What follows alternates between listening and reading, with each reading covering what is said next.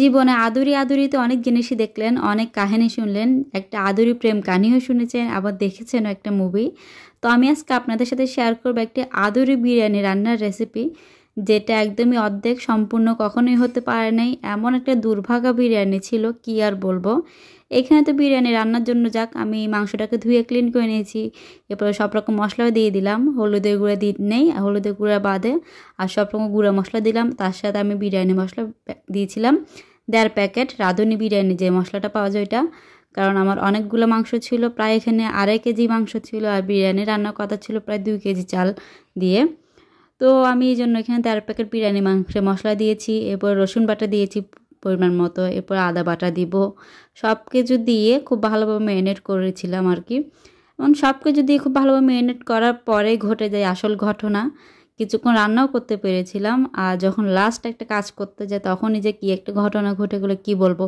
মানে দিনটাও ছিল শুক্রবার দিন, এটা কল্পনাও করিনি। আর ভেবেছিলাম আপনাদের সাথে একটা বিরিয়ানি রান্নার রেসিপি শেয়ার করব। আমার পেজে অবশ্য রান্নার রেসিপি আছে বিরিয়ানি রান্না, সেটা হচ্ছে চিকেন বিরিয়ানি। ভেবেছিলাম একটা বিফ বিরিয়ানি যেহেতু রান্না করব সেহেতু একটা ভিডিও করে নিই, রেসিপিটাও শেয়ার করা হবে আর সব আপুরাও দেখতে পারবে।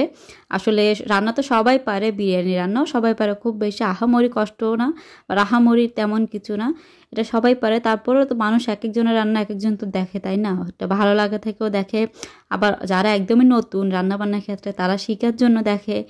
আর যত দেখি তত তো শিখে যায়, শিখার কোনো বয়স নেই।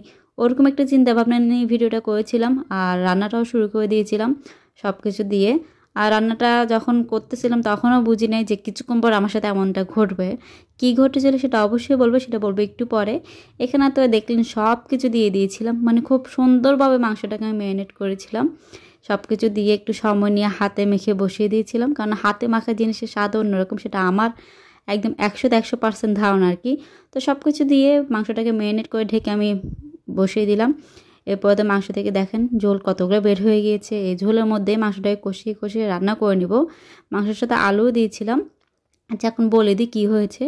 আমার যখন মাংসটা রান্না হয়ে গিয়েছিল, আমার ওর মধ্যে গ্যাসটা চলে গিয়েছিল, আমি আর রান্না করতে পারি নাই। আর এই গ্যাস আমাদের 2 দিন ছিল না, যেদিন গ্যাস গিয়েছিল সেদিন এসেছিল রাতে প্রায় 10:30টার পরে। ভেবেছিলাম সকালে থাকবে অথবা কালকে থাকবে, কালকে রান্না করবো বাকিটা, বাকি ভিডিও কালকে করব। কিন্তু কালকেও গ্যাসটা চলে গিয়েছে আর এসেছিল এর পরের দিন। তো মনটাই মরে গিয়েছিল আসলে, একটা যে আগ্রহ, একটা যে ইয়ে থাকে না, ওই যে কাজ করার একটা কি বলে এটাকে, অনেক বেশি উৎসাহ, ওইটাই চলে গিয়েছিল। তাই বিরিয়ানি রান্না করেছিলাম, কিন্তু ওইটা মানে শ্যুট করি নাই আর কি, যে চালটা রান্না করা আর কি। এটা তো মাংসটা রান্না করা দেখিয়ে দিলাম।